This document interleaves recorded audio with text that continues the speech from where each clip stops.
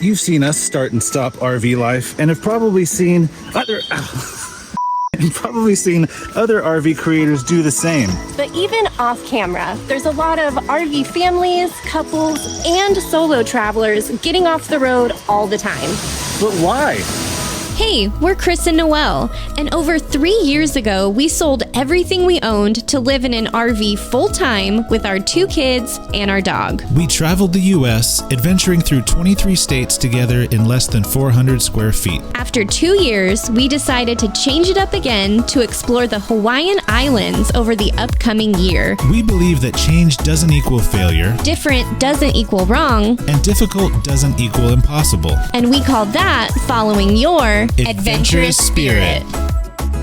Well, we can tell you right off the bat that one of the biggest reasons why people are quitting RV life is moving too fast, too quickly. Yeah, you're typically running off of this high and all this pent-up energy of not being able to do what you want to do or go where you want to go, and now you finally have your opportunity, which looks like trying to check off this insane bucket list as fast as possible. But spoiler alert, that's not sustainable. And don't think that we are holier than thou. We did this too. We definitely felt the burnout going into our second year of RV life for sure. And moving too fast can be stressful and increases risk for mechanical error and a surefire way to burn through that savings pile that you saved up before you left for RV life. I mean, a big reason why we got off the road was to regroup, travel a little slower, and to dial back on the stress and maintenance that comes with taking your home on the road with you every travel day. Our humble advice would be to pause, take a big deep breath,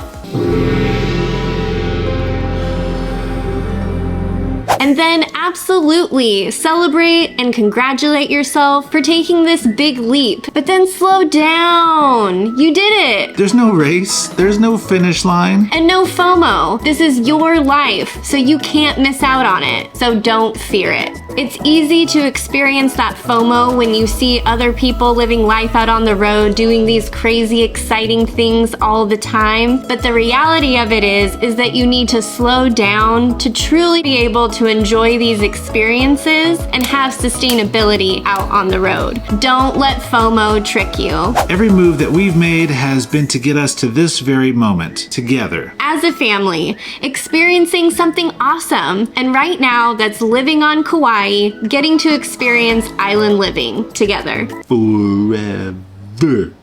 And that brings us to another reason why we've seen couples and families getting off the road, and that's just not being on the same page as one another. Whether that be the reason to get on the road was never mutual, or each person's expectations was just wildly different from the others. But mainly it's that they either never agreed upon or completely forgot about their why. We went a lot more into this in remembering your why in travel for our 3-year Nomadiversary in one of our latest videos. So if you want more of a deep dive there, just click on this video right here. But first, finish this one. Don't forget your why.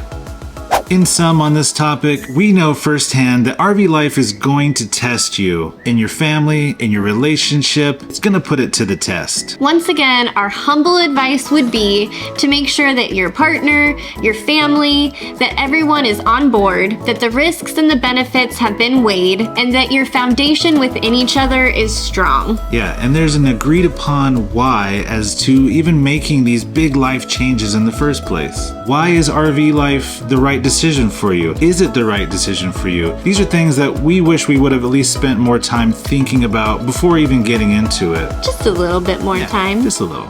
And remember, nothing is ever permanent. Change never equals failure. Yeah, you can switch it up as many times as you need. Reflect, adjust, recalibrate, and keep making decisions based on that why. Together, as a unit. Lastly, people are quitting RV life because they simply accomplished what they set out to do. So a lot of people just want to do it for a year and utilize that time to find a place that they actually want to call home. And that's amazing too. And for us, spoiler alert, we actually really miss it. We're actually in the beginning stages of plotting our relaunch back into RV life. But this time with the knowledge and experience of someone who actually did it for 2 years. That's gotta be nice.